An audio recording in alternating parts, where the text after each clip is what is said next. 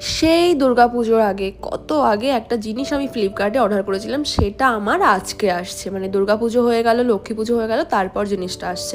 তো আমি ভীষণই এক্সাইটেড কি জিনিসটা আমি ফার্স্ট টাইম অর্ডার করেছি ফ্লিপকার্ট থেকে, তো কেমন আসবে কি না আসবে, তো পুরো আনবক্সিংটা আমি আপনাদের সামনেই করব।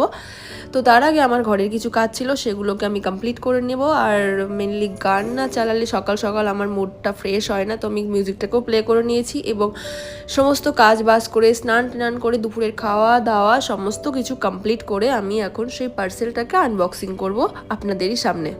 তো আপনারা গেস করুন তো এটার মধ্যে কি থাকতে পারে। মানে এত বড় একটা পার্সেল এসছে, তো কি থাকতে পারে? হ্যাঁ, অনেক কিছু থাকতে পারে। তো যাই হোক, আমি এটা ফার্স্ট টাইমই অর্ডার করেছি ফ্লিপকার্ট থেকে, কেমন আসবে আমি কিছুই জানি না। আবার যদি রিটার্নের ঝামেলা থাকে তাহলে তো বাস গেলই। কিন্তু না, জিনিসটা কিন্তু খুবই সুন্দর এসছে, একদম যেমনটা আমি অর্ডার করেছিলাম দেখে ঠিক তেমনটাই এসছে। কোনো রকম কোনো ফেক নয় বা কোনো রকম কোনো ভুলভাল কিছু আসেনি। তো আমার তো আনবক্সিং এটা হয়েই গেল। এটা কি এখনো পর্যন্ত কি গেস করতে পেরেছেন আপনারা? তো আমি নিজেই বলে দিই যে এটা কি। এটা হলো সোফা কাম বেড। তো আপনারা দেখতে পাচ্ছেন সোফাটা কি সুন্দর মানে দেখতে লাগছে, কালারটাও তো সুন্দর, এবং এই যে বেডটা যখন আমি করলাম সেটাও খুব সুন্দর।